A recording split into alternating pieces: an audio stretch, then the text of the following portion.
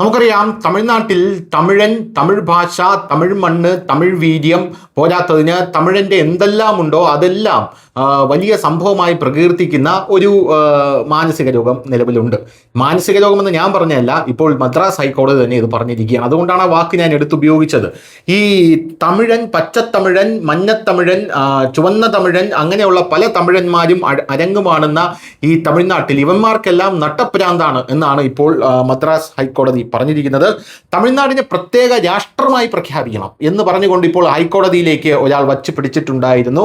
ഈ സാഹചര്യത്തിൽ ഇത് അങ്ങനെ രാജ്യദ്രോഹ കുറ്റമായിട്ട് കണക്കാക്കേണ്ട പ്രശ്നമൊന്നുമില്ല, മറിച്ച് ഷോക്ക് കൊടുത്തു വിട്ടാൽ മതി എന്നാണ് ഇപ്പോൾ കോടതി പറഞ്ഞിരിക്കുന്നത്. അതായത് ഇത്തരം ആവശ്യങ്ങൾ ഉയർത്തുന്നയാൾ രാജ്യദ്രോഹിയല്ല, മറിച്ച് അയാൾക്ക് മാനസികാരോഗ്യ പ്രശ്നങ്ങളുണ്ടെന്ന് കരുതിയാൽ മതിയാകും എന്നാണ് കോടതി പറയുന്നത്.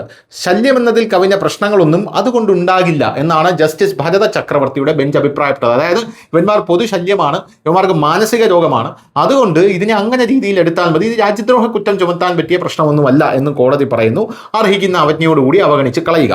തമിഴ്നാടിനെ പ്രത്യേക രാജ്യമായി പ്രഖ്യാപിക്കണമെന്നും അതിനായി ഒളിപ്പോര് നടത്തണമെന്നുള്ള ആഹ്വാനത്തെക്കുറിച്ചുള്ള പരാമർശങ്ങൾ അടങ്ങിയ പുസ്തകം പ്രസിദ്ധീകരിച്ചതിന് 2 പ്രസാധകരുടെ പേരിലെടുത്ത രാജ്യദ്രോഹ കേസ് ഹൈക്കോടതി റദ്ദാക്കുകയും ചെയ്തു. കഴകം പഠിപ്പകം എന്ന പ്രസാധക സ്ഥാപനം 2014 പ്രസിദ്ധീകരിച്ച പുസ്തകത്തിന്റെ പേരിലാണ് പോലീസ് രാജ്യദ്രോഹ കുറ്റം എടുത്തത്. തമിഴ്നാടിനെ പ്രത്യേക രാജ്യമാക്കി മാറ്റണമെന്നാണ് ഈ പുസ്തകത്തിൽ പ്രധാനമായും പറയുന്നത്. News desk news Malayalam.